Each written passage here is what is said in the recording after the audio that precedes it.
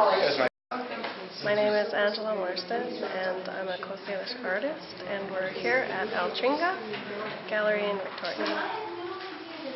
And I'm showing a blue heron rattle that I made out of glass and a few different pieces that I put together.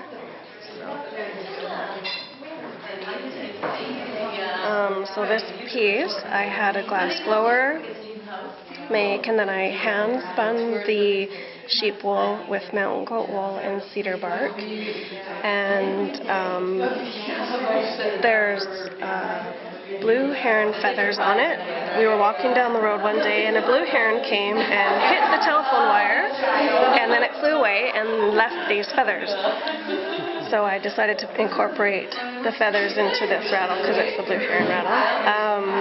My mom and I often go on trips to the interior Merritt to collect sage, and one time we went into a store and we found these blue beads. So they're really, really old blue trade beads. So it was neat because I ended up having just the right amount of beads for this specific piece. And then I carved the dowel out of red cedar and inlaid the abalone, and it's a feather design on the dowel. And there's silver beads inside the rattle. So if you shake it, it kind of sounds, it's a really soft sound.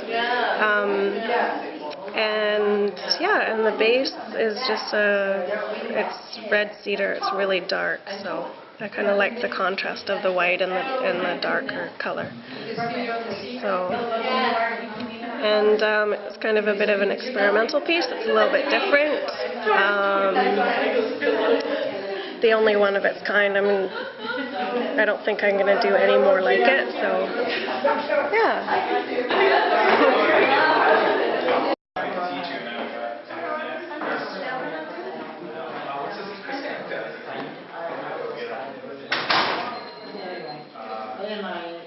Chris Cook said he was going to get us some class with someone else who did it too, and he never contacted us.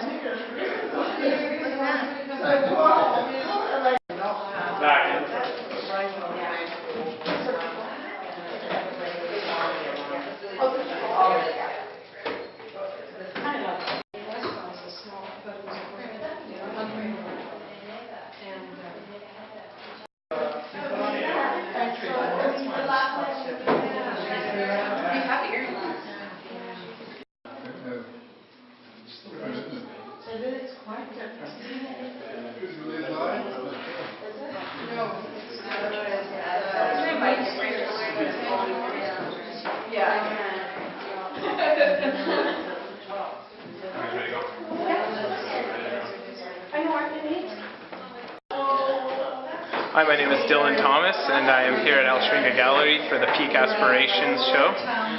This is my piece called Thunderbird's Nest. It depicts 4 thunderbirds, baby thunderbirds, sitting in a nest.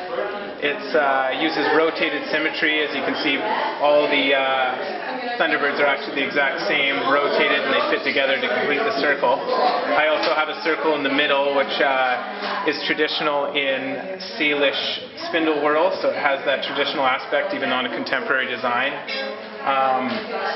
The rotated symmetry kind of comes from people like M.C. Escher, who was one of my inspirations before I was even into First Nations art, and I've always been very intrigued with mathematics and art.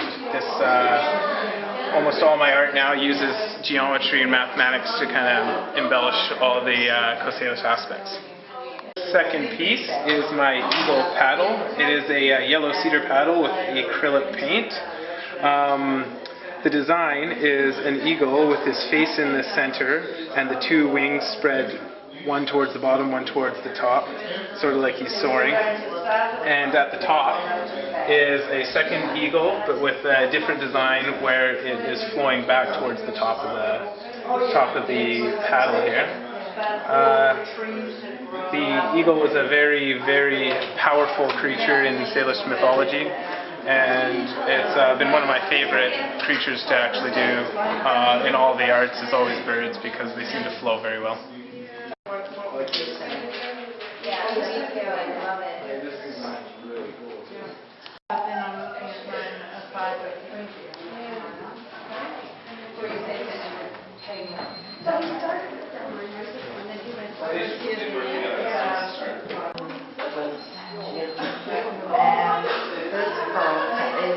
Marston. This is just a starter house. I was thinking of getting a house too, but I haven't got around to it. All right. Will you have a good evening? I'll be back for the story and then see you sometime. My mum was she's white and it was so that I didn't believe it because they told me I was in New Zealand once. I'm thinking, what? Anyway, and then I saw them cast the whale tooth into the sea, and I thought, that's right. So there's about 15 miles away, and all of these things.